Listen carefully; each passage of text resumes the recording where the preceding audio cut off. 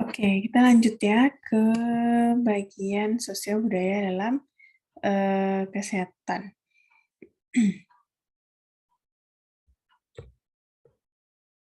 Nah, aspek sosial budaya ini adalah segala sesuatu yang diciptakan oleh manusia dengan pemikiran dan akal budinya serta hati nuraninya. Dalam kehidupan bermasyarakat serta aspek tersebut telah melekat dalam diri manusia. Jadi itu bawaan ya. Jadi bawaan karena memang sudah ditempa ya sejak mulai dari lahir.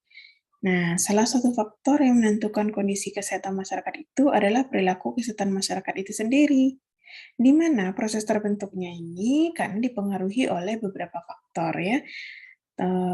Jadi kayak sosial budaya ini sangat erat dengan perilaku yang dilakukan oleh masyarakat dalam suatu wilayah itu. Jadi penanganan terhadap penyakit di satu wilayah bisa berbeda dengan penyakit di wilayah lain, walaupun penyakitnya sama gitu ya. Jadi cara untuk menanganinya bisa berbeda. Cara persuasif supaya orang tuh mau datang mengobati diri dan segala macam itu berbeda-beda, gitu. Jadi, dan juga membuat orang tuh sadar terhadap penyakitnya itu di suatu daerah yang satu dengan daerah yang lain juga metodenya akan berbeda ya. Karena beda penerimaan, beda cara orang menanggapi, beda cara, apa namanya, kemampuan-kemampuan orang yang ada di lingkungan itu berbeda-beda. Makanya disesuaikan, yang penting target kita untuk menurunkan angka kesakitan terhadap PTM ini berhasil gitu ya. Nah, metodenya yang perlu kita perbaiki atau kita sesuaikan dengan kondisi yang ada di tempat target kita itu, gitu. Karena seperti yang kita ketahui, karena itu sudah melekat dalam diri si manusianya dan dia berperilaku berdasarkan itu, dan kita perlu merubah perilakunya supaya derajat kesehatan masyarakat itu dapat meningkat, gitu ya. Nah, terus salah satunya adalah karena faktor sosial budaya ya. Bila faktor tersebut telah tertanam dan terinternalisasi dalam kehidupan dan kegiatan bermasyarakat, maka akan ada kecenderungan untuk merubah perilaku yang telah terbentuk itu sulit gitu. Jadi kalau kita butuh merubah suatu perilaku yang sudah dasar sekali ya, udah turun-temurun dilakukan di daerah itu maka akan lebih sulit ya, akan lebih besar tantangan kita dalam, eee, me me apa namanya, memasukinya untuk merubah perilakunya agar hidup lebih sehat, gitu. Nah, makanya kita sebenarnya harus, apa ya, datang ke suatu tempat untuk melakukan suatu program, pencegahan PTM ini sebenarnya kita pertama yang harus kita lakukan adalah mendapatkan trust dulu ya, mendapatkan kepercayaan dari masyarakat atau lingkungan itu,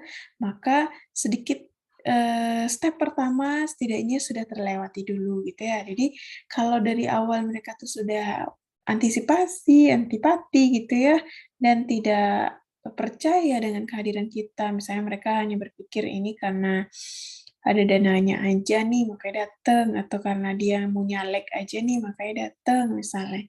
Kalau cuma tidak ada trust seperti itu, susah untuk, membawa masyarakat ini ke tujuan kita ya, ke tujuan kita di mana tujuan kita itu adalah menurunkan angka kesakitan, penyakit tidak menular, gitu. Nah, makanya, kit kalau bisa libatkan ya, yang kedua setelah cara mendapatkan kepercayaan itu juga kita harus melibatkan orang yang ada di dalamnya, entah itu pemangku kepentingan yang ada di dalam itu ya, misalnya kalau pada suku tertentu, ketua adatnya misalnya, atau misalnya kalau di lingkungan di kita nih orang Minang tuh, nenek mamanya gitu misalnya. Pokoknya orang-orang yang sekiranya bisa mendukung program kita, itu kita utamakan dulu menyampaikan programnya. Nanti ketika kita mendapatkan bantuan, kepercayaan lah gitu ya dari pemangku-pemangku kepentingan ini untuk masuk ke masyarakat yang lebih luas itu lebih gampang lagi, gitu. Jadi ya dalam mencari trust atau apa namanya, memiliki trust dari atau kepercayaan dari masyarakat menjadi target kita, itu ada banyak sekali ya yang harus kita lakukan dulu step by step-nya sebelum kita turun melakukan perlakuan gitu. Atau sampai akhirnya mereka mau datang ke puskesmas itu segala macam itu atau posbindunya dan segala macam itu, kita benar-benar harus bikin dulu mereka percaya bahwa ini adalah demi kebaikan mereka, gitu. Terus, ingat lagi ada namanya teori Bloom ya, di mana, di dalamnya ada dijelaskan masalah, cara mempengaruhi status kesehatan dan derajat kesehatan ini, salah satunya adalah perilaku juga ya. Jadi untuk, melihat perilaku ini boleh nanti pelajari teori Bloom-nya, bagaimana aspek-aspeknya, apa pembagiannya. Jadi di teori Bloom ini nanti akan ada faktor internal ya, dan faktor eksternal atau faktor predisposisi, faktor, apa lagi ya, penguat dan faktor, pendukung ya, untuk, apa namanya, merubah, yang dapat mempengaruhi perubahan perilaku seseorang, gitu. Nah, pada dasarnya sebenarnya manusia ini adalah makhluk sosial sebenarnya, jadi perlu bermasyarakat juga. Nah, makanya kalau misalnya kayak penyakit-penyakit yang datangnya karena hubungan mereka bermasyarakat, misalnya ya kayak karena dia bersosialisasi dengan lingkungan salah, misalnya dalam suatu kelompok itu orangnya isinya ngerokok semua. Terus kalau dia nggak ngerokok sendiri itu rasanya aneh gitu ya, dan justru bisa dijauhi gitu. Nah, jadi mereka karena ada ketakutan-ketakutan tertentu yang akan mempengaruhi hubungan sosial mereka dalam bermasyarakat, maka itu bisa meningkatkan peluang mereka terjadi mendapatkan penyakit tidak menular ini, PTM ini gitu ya. Jadi makanya, kita juga perlu melihat bagaimana kondisi sosial atau kondisi masyarakat yang ada di lingkungan itu, misalnya kayak kasus katarak tadi misalnya, banyak nih di satu wilayah. Nah, terus kita lihat ada apa dengan masalah sosialnya misalnya. Kenapa bisa banyak kasusnya?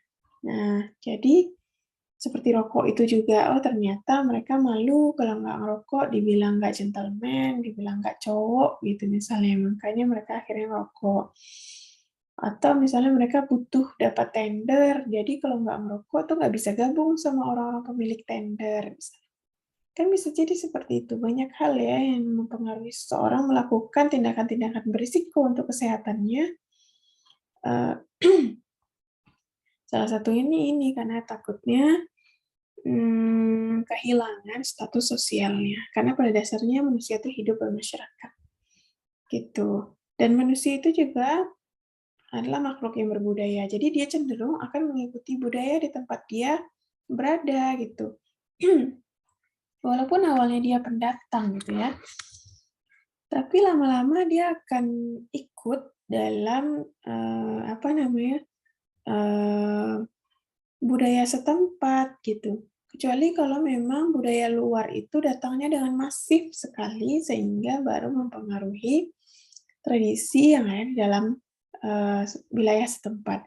Nah, makanya itu bisa kita manfaatkan, mmm, dengan memasifkan juga, budaya hidup sehat misalnya kepada masyarakat supaya nanti dia mampu untuk, eee, apa namanya, hidup sehat itu adalah budaya bagi mereka, gitu. Karena kalau misalnya udah jadi budaya, nggak capek-capek lagi kita suruh mereka untuk, "Ayo jogging, ayo minum yang sehat-sehat, ayo makan ini, jangan makan itu," misalnya.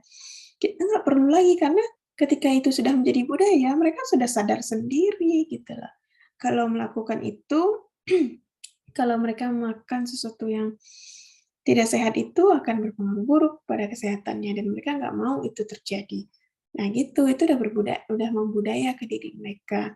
Nah itu target kita sebenarnya. Jadi kita nggak berkali-kali datang mengedukasi, mengajak, itu kan program ya ke sana, tapi kita setelah dia membudaya tuh, perilaku hidup sehatnya, maka pekerjaan kita menjadi cukup ringan ya. Terus unsur-unsur yang membangun manusia. Pertama, unsur jasmani dan rohani. Jadi manusia terdiri dari 4 unsur yang saling terkait ya. Ada jasadnya, ada hayatnya, ada rohnya, dan ada nafasnya.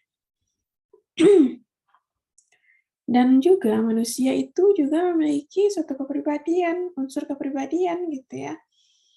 Yaitu isinya adalah ide, ego, dan superego. Gitu. Jadi ketika kita memberikan sosialisasi terkait atau misalnya memberikan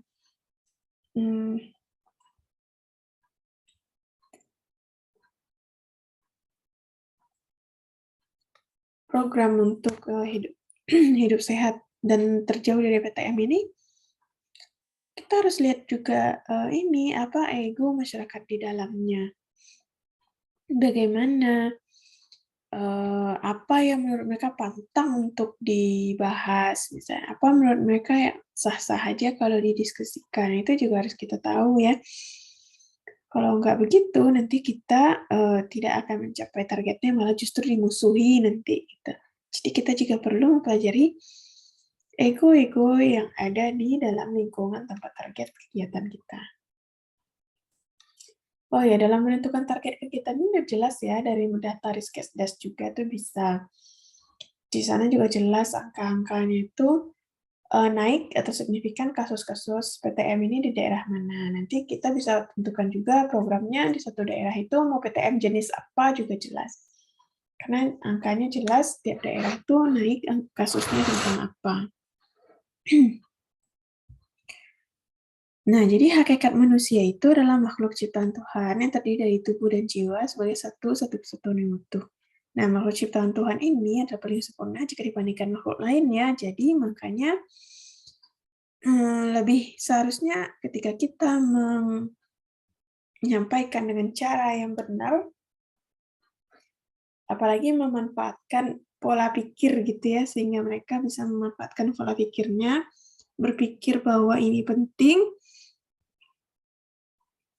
maka itu akan jauh lebih mudah untuk mengajak masyarakat itu untuk hidup lebih sehat. Dan satu lagi, manusia itu adalah makhluk biokultural, yaitu makhluk hayati dan juga budayawi. Jadi ingat, karena manusia ini juga butuh bermasyarakat, jadi tidak mungkin suatu penyakit itu tidak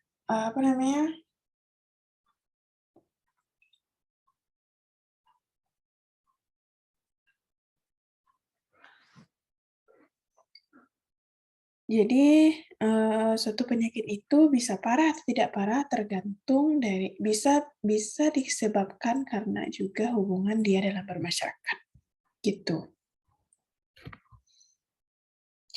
Nah, definisi masyarakat itu sendiri menurut Kunchara Diningrat, kesatuan hidup manusia yang berinteraksi sesuai dengan sistem adat istiadat tertentu yang sifatnya berkesinambungan dan terikat oleh suatu rasa identitas bersama. Dan masyarakat juga menurut Gilin ya, menurut Gilin bersaudara ini kelompok manusia yang besar yang mempunyai kebiasaan, sikap, tradisi, dan perasaan persatuan yang bersama.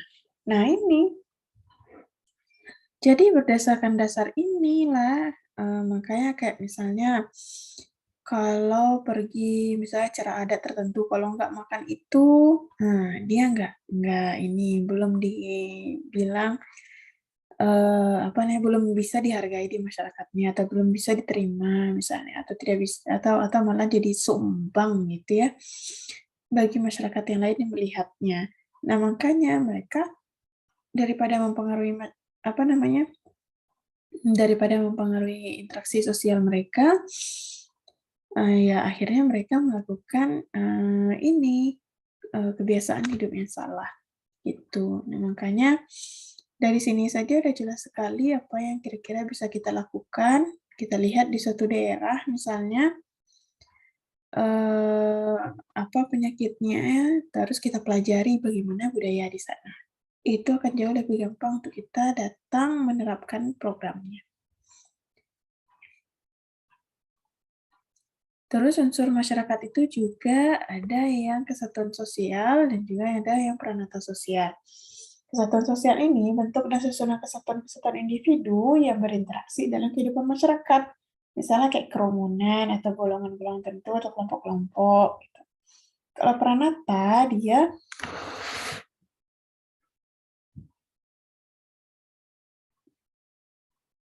himpunan norma-norma dari segala tingkatan yang berkisar pada suatu kebutuhan pokok dalam kehidupan masyarakatnya.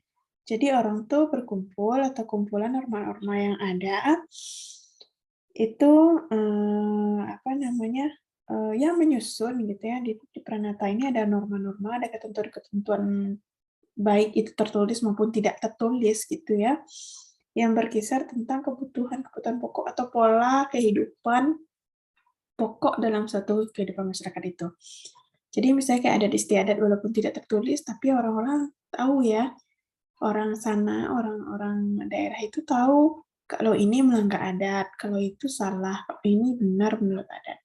Gitu. Nah, jadi kita perlu mempelajarinya juga bagaimana budaya di sana, bagaimana adatnya sehingga kita bisa gampang untuk memasuki program tadi. Nah, kemudian lanjut ke kebudayaan. Secara etimologi, kebudayaan itu sebenarnya berasal dari bahasa Sanskerta ya, yaitu budaya atau budi yang berarti berbudi atau berakal. Jadi, kebudayaan itu dapat diartikan hal-hal yang bersangkutan dengan akal.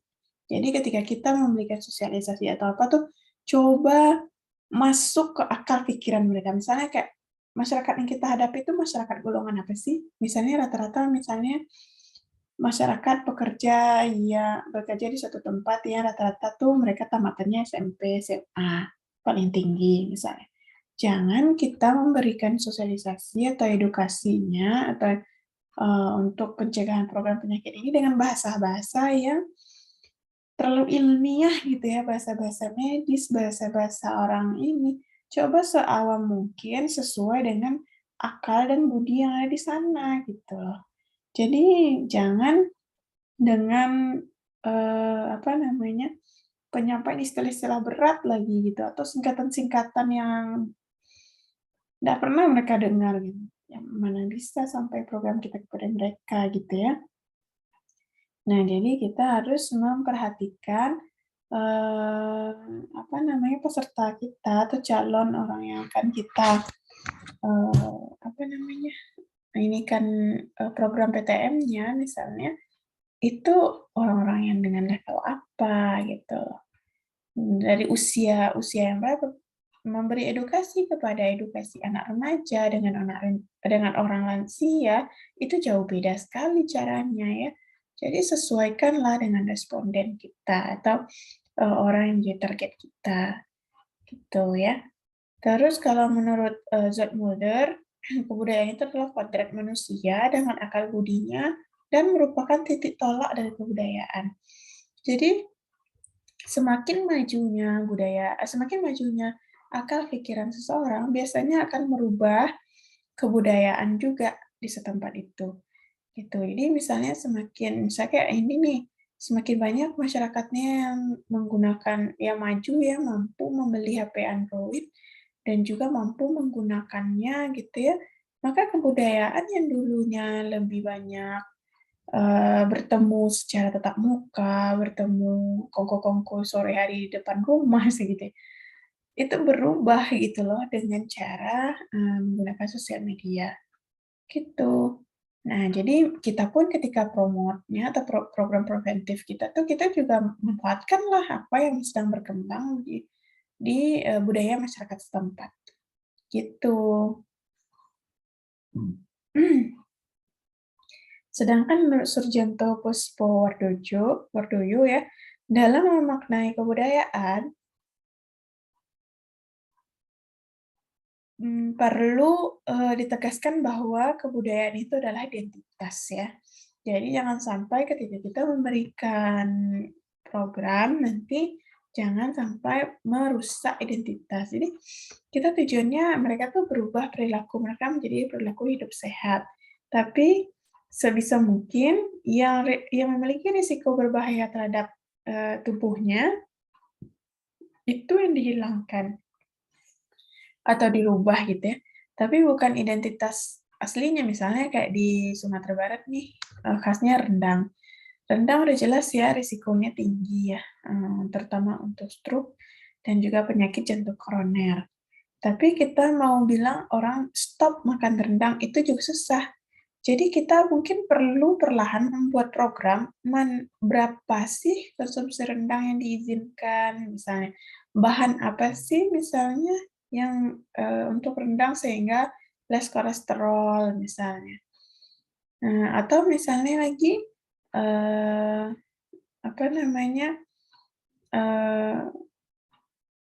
rendangnya itu hanya berapa kali panasin gitu ya, dipanas-panasin itu udah nggak boleh lagi, misalnya kayak gitu. Jadi menghalangi orang untuk tidak makan rendang itu susah, nggak mungkin, karena itu juga bagian dari identitas dia ya sebagai orang, masyarakat di lokasi itu, di wilayah itu gitu.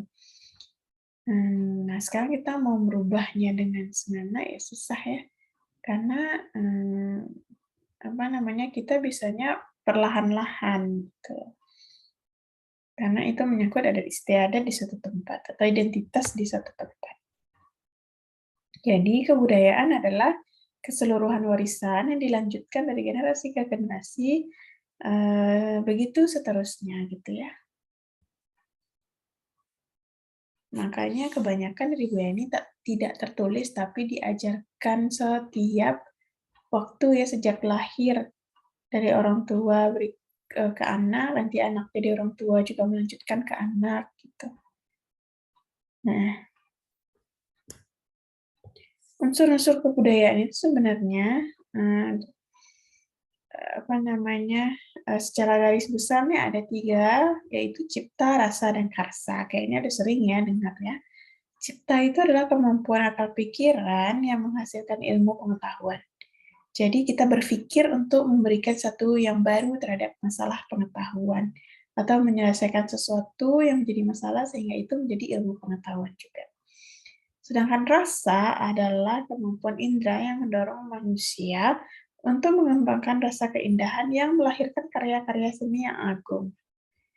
Gitu. Jadi dia tuh berkarya, ya. Ketika kita apa namanya, berkarya yang mengembangkan rasa-rasa keindahan yang ada dalam dirinya atau dalam wilayah setempat gitu.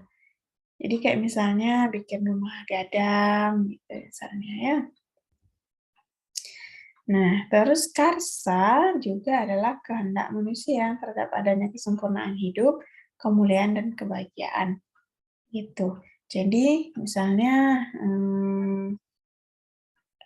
apa namanya, bikin perumahan sekarang ya, kan kayak penyakit-penyakit paru ya, nah PPOK kan itu juga ada banyak, atau asma, atau pokoknya yang terkait dengan pernafasan, itu sering sekali berhubungan dengan masalah siklus udara yang buruk dalam suatu rumah misalnya. Nah, jadi kalau misalnya siklus udara yang buruk, maka diperlukan cipta ya untuk memikirkan bagaimana banyaknya jumlah ventilasi misalnya yang diperlukan atau ditambahkan. Nanti kita bisa juga mengembangkan rasa ya untuk mengembangkan bagaimana keindahan itu, apa namanya, yang kita mau bangun itu indah dan melahirkan karya seni yang agung atau bagus ya intinya. Lalu juga perlu setelah dibangun, kita juga perlu rasanya aman dan nyaman serta bahagia gitu ya hidup di wilayah itu. Jadi kalau misalnya kita sebagai pembuat program datang terus-terusan ke rumah membuat orang itu nggak nyaman, ya unsur kebudayaannya jadi hilang. Apa namanya, jadi bermasalah gitu ya, karena ada karsa di sana yang terganggu. Nah, jadi ada 7 unsur penting yang menjadi komponen pokok untuk kebudayaan itu, yaitu unsur peralatan dan perlengkapan hidup, misalnya kayak rumah, pakaian, kendaraan. Terus yang kedua itu unsur pencarian atau ekonomi keluarga, Seperti apakah dia menjadi pegawai, petani, atau pekerja buruh, gitu ya. Nah, yang ketiga adalah sistem kemasyarakatan yang meliputi masalah hukum, kekerabatan, perkawinan, dan lain-lain. Nah, untuk yang keempat, unsurnya adalah unsur bahasa yang baik, cara penyampaian yang sopan, dan juga tulisan yang berfungsi sebagai alat komunikasi. Nah, yang kelima, unsur kesenian seperti seni tari, seni musik, seni rupa, dan lain-lain. Keenam, unsur ilmu pengetahuan dan teknologi, dan yang ketujuh, agama dan kepercayaan. Ya, jadi ini unsur yang bisa menjadi membuat perubahan seorang dalam berperilaku sehat. Jadi yang mana kalau kita bisa masuk, kita lihat di unsur mana kita kira-kira bisa masuk. Nah, gitu. Jadi supaya bisa tercapai targetnya. Gitu. Di wujud kebudayaan itu menurut Huningman dibedakan menjadi gagasan, aktivitas, artefak gitu ya.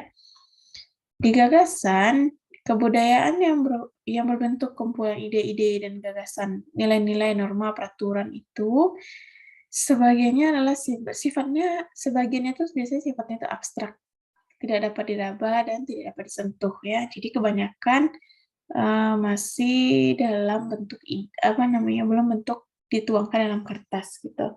Walaupun beberapa sekarang sudah banyak ya orang-orang menginikan kebudayaannya, mencatat karena sekarang masalah budaya, apalagi kalau budaya tradisional ya, di daerah-daerah pun juga menjadi masalah karena generasi milenialnya sudah nggak sudah banyak yang beralih ke budayaannya. Gitu loh. Makanya gagasan yang ada ini bersifatnya abstrak, tidak dapat diraba dan disentuh, dan biasanya berkembang dari waktu ke waktu. Jadi data tahun ini belum tentu akan bisa dipakai untuk data tahun depan. Nah, makanya ketika kita punya program langsung laksanakan. Kalau enggak bisa lagi berubah lagi. Gitu. Wujud kebudayaan ini terletak dalam kepala-kepala atau di alam pemikiran warga masyarakat. Terus yang kedua masalah wujudnya itu dalam bentuk tindakan. Suatu tindakan yang berpola dari manusia dalam masyarakat, wujudnya disebut dengan sistem sosial. Sistem sosial ini biasanya terdiri dari aktivitas-aktivitas manusia yang saling berinteraksi, mengadakan kontak, serta bergaul dengan manusia lainnya menurut pola-pola tertentu yang berdasarkan adat tata kelakuan gitu ya, ada sopan santun dan lain-lain. Lalu artefak adalah wujud kebudayaan fisik yang merupakan hasil dari aktivitas, perbuatan, dan karya semua manusia dalam bermasyarakat. Nah, misalnya kayak benda-benda atau hal-hal yang bisa diraba, dilihat, dan didokumentasikan. Nah, sifatnya ini adalah ini yang paling konkret di antara ketiga wujud kebudayaan yang ada. Gitu. Komponen wujud kebudayaan ini ada terdiri dari dua, yaitu komponen kebudayaan material yang mengacu pada semua ciptaan masyarakat yang nyata atau konkret. Misalnya kayak televisi, pesawat terbang, pakaian, dan lain-lain. Itu bisa melalui itu kita bisa mewujudkan kebudayaan ya. Dari pakaian misalnya dari satu daerah ke daerah yang lain itu biasanya udah ketahuan ya pakaian dia tuh biasanya pakaian adat apa misalnya.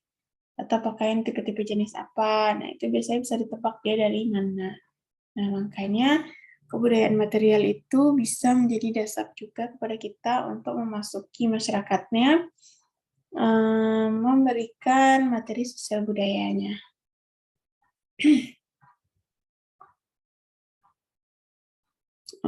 Maksudnya memberi materi penyakit bagaimana menanggulangi penyakit tidak manual gitu ya, berdasarkan kebudayaan material.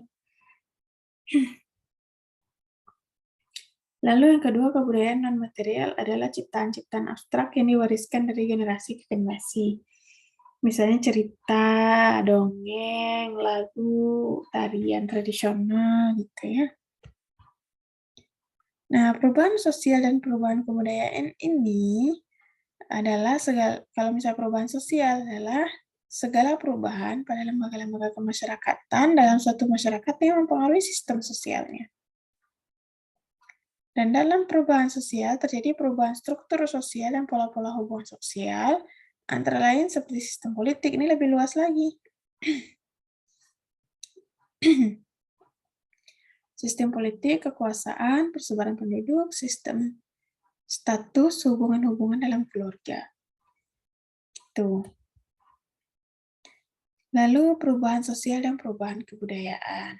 Nah, perubahan kebudayaan atau akulturasi adalah perubahan yang terjadi dalam sistem ide yang dimiliki bersama oleh masyarakat yang bersangkutan. Misalnya aturan-aturan, norma yang digunakan sebagai pegangan dalam kehidupan. Terus kayak perubahan teknologi, perubahan selera, kesenian, dan bahasa. Akulturasi ini ya terjadi apabila suatu kelompok manusia dengan kebudayaan tertentu dihadapkan pada unsur-unsur suatu kebudayaan asing gitu loh. Sehingga unsur kebudayaan asing itu lambat laun mulai diterima di suatu daerah itu dan diolah dalam kebudayaan sendiri. Nah, kalau yang kuat sih memang bisa tanpa menghilangkan kepribadian kebudayaan itu sendiri ya. Tapi kalau misalnya masyarakatnya tidak begitu ini sama kebudayaan, biasanya budaya yang barulah yang menang.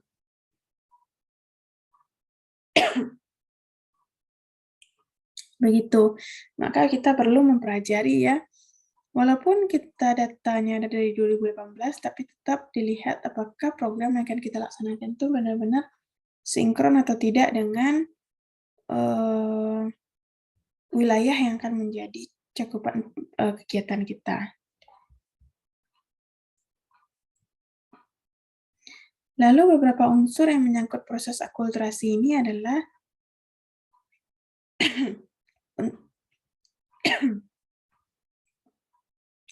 satu, unsur-unsur kebudayaan asing yang mudah diterima, lalu kebudayaan asing yang sulit, unsur-unsur kebudayaan asing yang sulit diterima juga bisa membuat sistem proteksi di dalam tubuh ini tuh macam-macam gitu. Nah, itu juga menjadi perubahan akulturasi di daerah itu.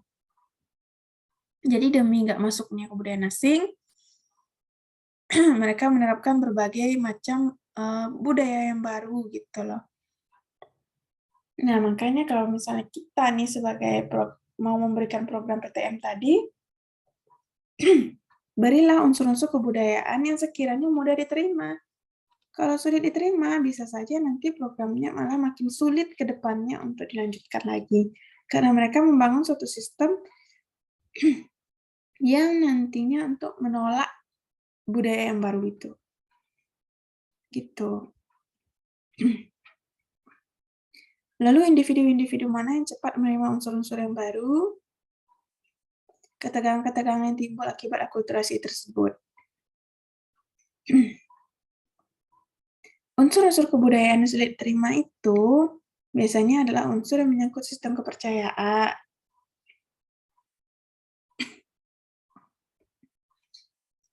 Seperti ideologi, falsafah hidup, dan lain-lain.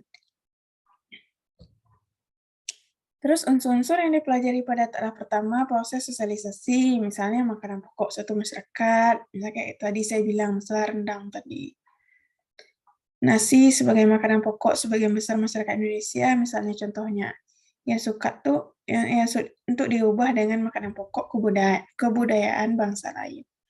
Jadi kalau di kita tuh kalau nggak makan nasi belum makan. Walaupun udah makan mie, udah makan jagung, udah makan ubi atau apa. Gitu ya. Nah, pada umumnya unsur-unsur kebudayaan asing ini yang mudah diterima itu misalnya unsur kebudayaan kebendaan seperti penggunaan alat gitu ya, yang membuat mereka tuh lebih mudah hidupnya. Nah, ini yang sebenarnya juga bagi kita mau program PTM ini, kita ciptakanlah alat-alat atau apa metode-metode lah, metode-metode pelaporan atau metode-metode sistem gitu ya, agar mereka lebih mudah untuk datang ke puskesmas misalnya, atau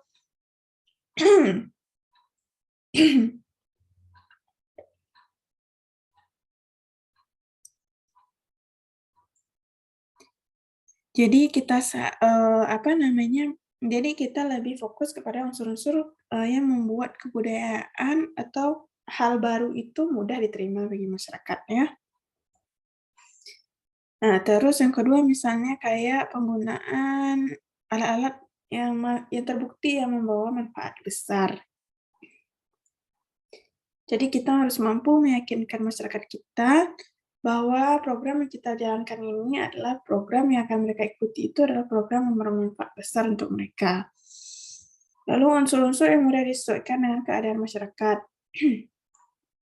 Misal mesin penggiling padi yang dengan biaya murah serta pengetahuan teknis yang sederhana sehingga dapat digunakan untuk pabrik-pabrik penggilingan.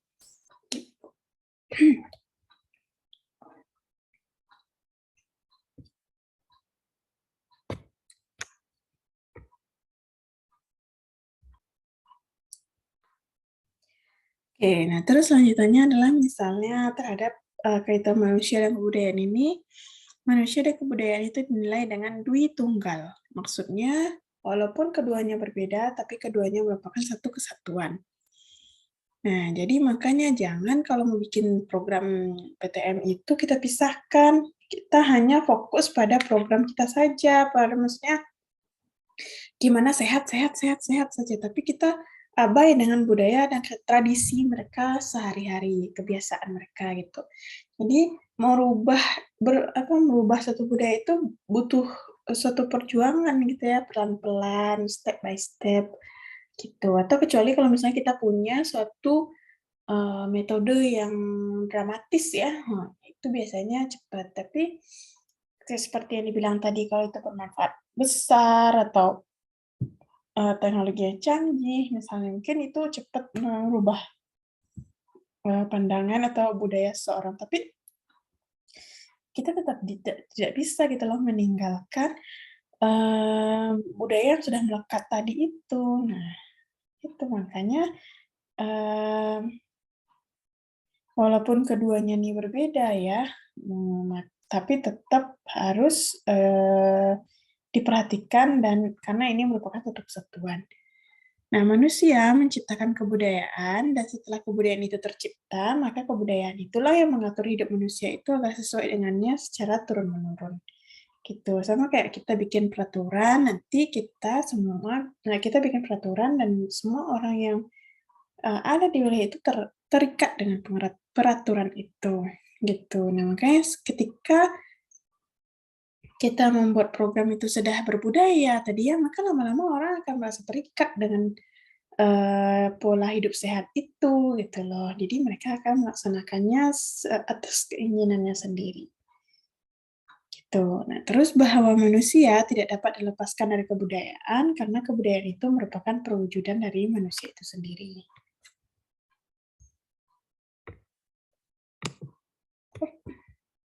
Nah, terus aspek sosial budaya yang mempengaruhi perilaku kesehatan dan status kesehatan itu pertama aspek sosial yang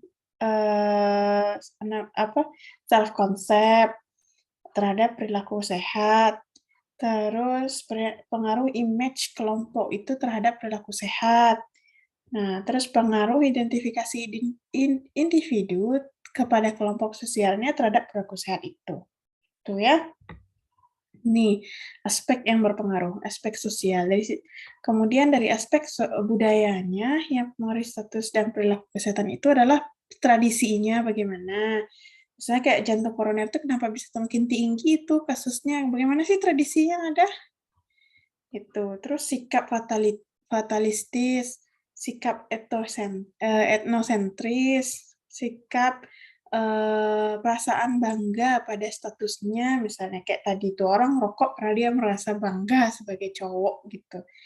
Nah, gitu. Nah, itu yang harus dirubah persepsinya ya, supaya dia budayanya menjadi sadar gitu loh, padahal mereka sudah menghabiskan uang banyak, mengorbankan paru-paru dan jantungnya, ditambah lagi orang di sekitarnya juga terkena gitu. Nah, yang seperti itunya pada dia nggak tahu. Nah, itu yang harus kita tanamkan juga konsep-konsepnya. Lalu norma gitu. Misalnya kayak norma ini. apa namanya, jika di suatu daerah itu emang, norma yang tertanam adalah dilarang merokok, misalnya di wilayah-wilayah suci, misalnya gitu-gitu ya, maka mereka akan menjauhi wilayah itu kalau memang harus merokok, gitu. Kalau misalnya susah untuk jauh dari area itu, area suci itu, dan, mereka mampu kok menahan diri seharian itu untuk tidak merokok, gitu. Sama dengan orang kayak puasa gitu ya kan, mereka sebenarnya sanggup, cuman belum membudaya aja, dan jadi ketika mereka tuh punya peluang untuk ngerokok, mereka akan lakukan, gitu. Jadi kalau misalnya normanya sudah jelas, biasanya, eee, perilaku sehat itu bisa berlanjut. Terus juga nilai yang berkembang di, wilayah itu seperti apa. Tuh, kalau memang wilayahnya itu adalah wilayah misalnya kayak di wilayah-wilayah, kesehatan yang strict gitu ya. Nah, terus nilainya yang berkembang adalah atau minimal seperti sekarang lah, kayak setelah Covid nih, nilai yang berkembang sekarang apa? Kalau mau bersin atau batuk di dekat orang tuh harus ada etiknya ya, tutup pakai masker atau tutup pakai lengan yang atas gitu ya, atau jangan arahkan ke orang atau menjauh gitu, kan gitu sekarang nilai yang terbaru yang ditanamkan sejak Covid ini. Kalau dulu, mana ada, dulu tuh bersin sembarangan, orang batuk sembarangan gitu. Sekarang kalau ada ngelihat orang batuk sembarangan pasti, "Kok dia ini ya, apa ya, nggak tahu banget sih situasi sekarang," kan gitu. Nggak ini ya, jadi nilai itu berkembang nih, padahal jelas ya ini perubahannya cukup cepat nih, karena Covid itu, apa namanya, nampak sekali ya perubahan besarnya ketika seorang terkena Covid ataupun yang, belum, apa namanya, orang yang belum pernah kena Covid kemudian kena Covid, lalu, kasus kematian yang tinggi dan segala macamnya. Jadi perubahan itu cepat tuh berubah. Nah gitu. Jadi sekarang walaupun sudah mulai melemah lagi ya di mana-mana, tapi masih banyak orang yang, sadar diri untuk pakai masker misalnya.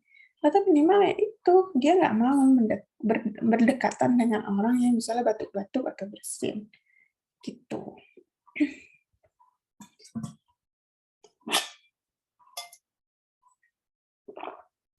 Lalu, aspek berikutnya yang bisa mempengaruhi perilaku kesehatan ini adalah pengaruh unsur budaya yang dipelajari pada tingkat awal dari proses sosialisasi. Terus juga pengaruh konsekuensi dari inovasi. Nah, aspek sosial yang mempengaruhi kesehatan ini lainnya, misalnya pertama dilihat kalau dari sisi umur. Jika dilihat dari golongan umur, maka ada perbedaan pola penyakit berdasarkan golongan umur, ya kan? Misalnya balita tuh lebih rentan tuh kebanyakan tuh penyakitnya menular ya, penyakit-penyakit infeksi, tapi nere.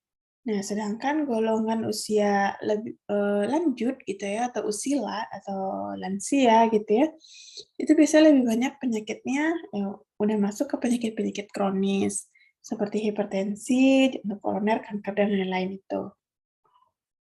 Sedangkan kalau jenis kelamin, misalnya perbedaan jenis kelamin juga menghasilkan penyakit yang berbeda ya. Misalnya di kalangan wanita tuh lebih banyak penyakitnya misalnya kayak kanker payudara. Kalau laki-laki kebanyakan tuh, kankernya prostat, gitu. Jadi karena perempuan dan laki-laki memiliki hormon yang berbeda, maka potensi untuk memiliki suatu penyakit itu juga berbeda. Terus dari sisi pekerjaan, ada hubungannya antara jenis pekerjaan dengan pola penyakit loh ya.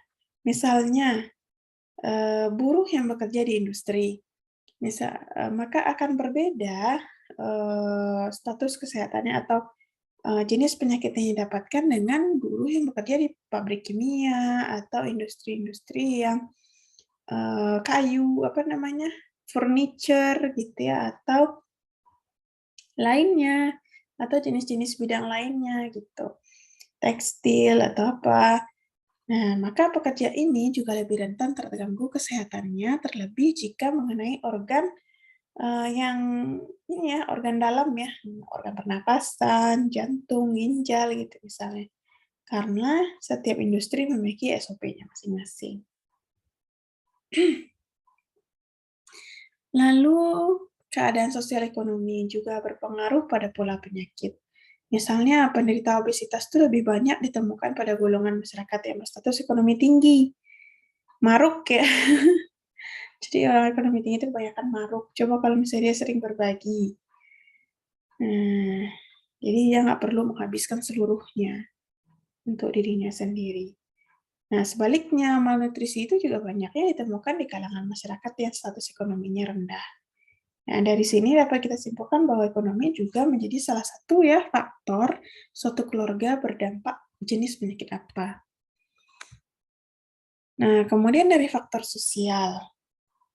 Menurut Ray Elling ya, ada 2 faktor sosial yang berpengaruh pada perilaku kesehatan, yaitu self-concept dan image kelompok.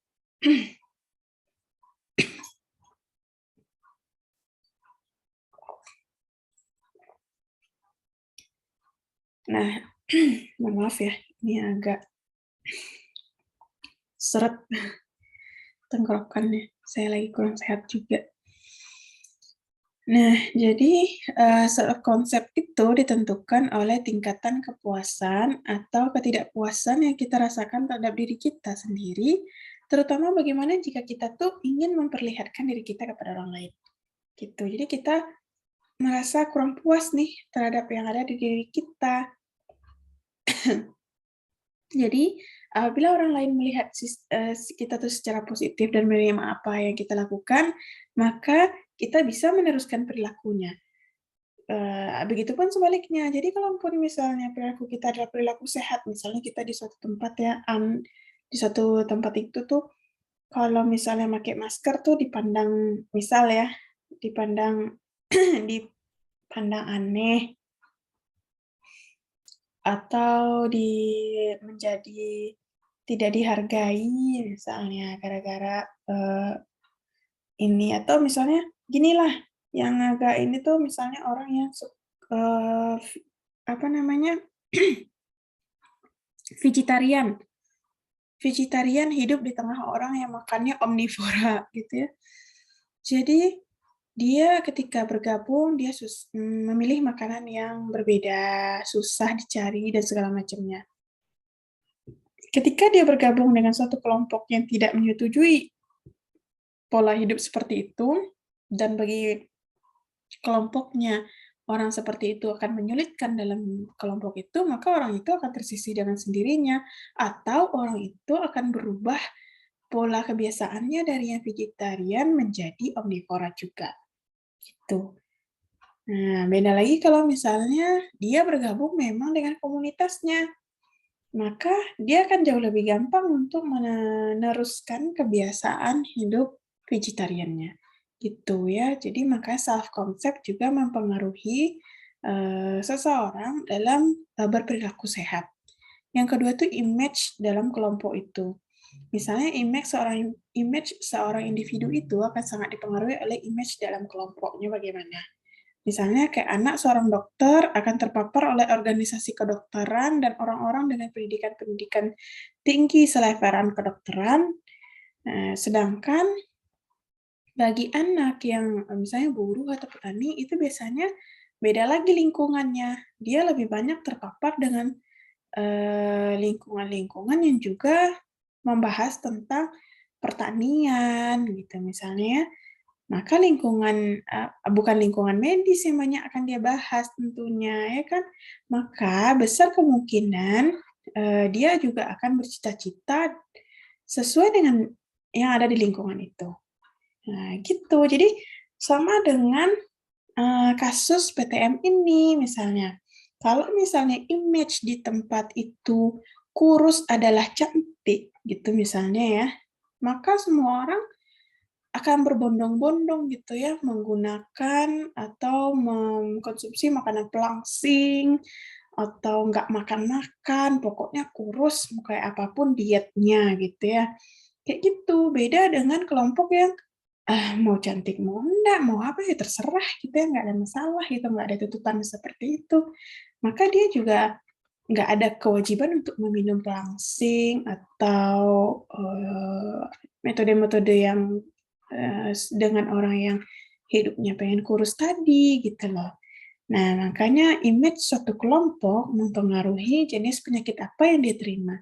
Dilihat dari image kelompok yang ada di lingkungan tempat dia berada, gitu ya. Terus, hubungan aspek budaya dengan kesehatan. Nah, menurut J.M. Foster ini ada aspek budaya yang dapat mempengaruhi kesehatan. Yang pertama juga pengaruh tradisi. Tadi sebenarnya ini agak balik ya, ke budaya lagi. Ini maksudnya, tadi udah sosial ke balik lagi. Ini kayaknya lupa ngegeser slide. Nah, jadi pertama pengaruh tradisi. Tradisi adalah suatu wujud budaya yang abstrak yang dinyatakan dalam bentuk kebiasaan ya, atau tata kelakuan dan istiadat. Jadi ada beberapa tradisi dalam masyarakat yang dapat berpengaruh negatif dan juga positif terhadap kebiasaan kesehatannya. Misalnya kalau yang negatif tuh kayak tradisi cincin leher tuh, tahu ya? Jadi di lehernya disangkutin kayak semacam cincin seukuran leher tapi panjang gitu loh. Naik terus, ditambah terus. Meskipun berbahaya karena penggunaan cincin ini bisa membuat tulang leher menjadi lemah dan bisa mengakibatkan kematian jika misalnya cincin dilepas, namun tradisi ini masih banyak dilakukan oleh sebagian perempuan-perempuan yang ada di suku Kayan. Nah, jadi mereka meyakini bahwa leher jenjang seperti jerapah itu menciptakan seksual atau daya tarik seksual yang kuat bagi kaum pria. Nah, selain itu perempuan dengan leher jenjang itu diibaratkan sebagai naga yang kuat gitu sekaligus indah. Nah, makanya karena kasus seperti ini, tradisi yang seperti ini, makanya banyak kasus cedera pada ini ya, cedera pada tulang leher gitu.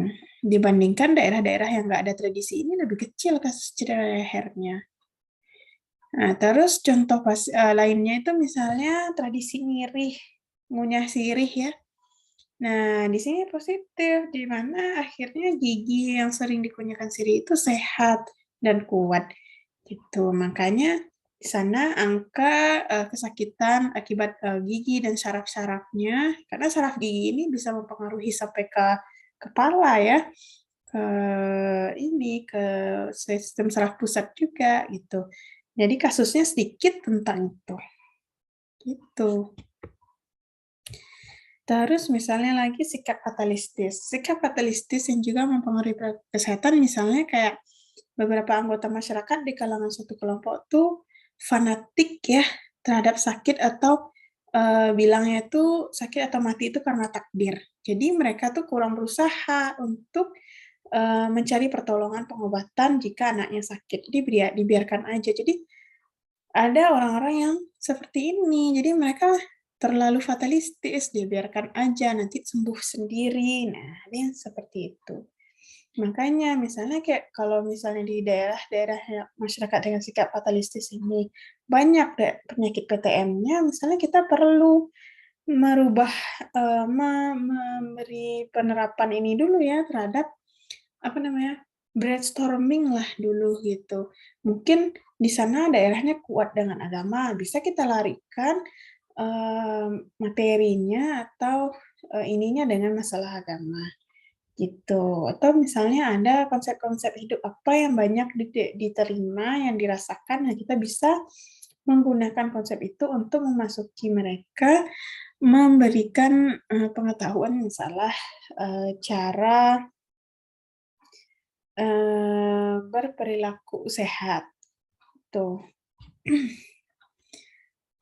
Kemudian,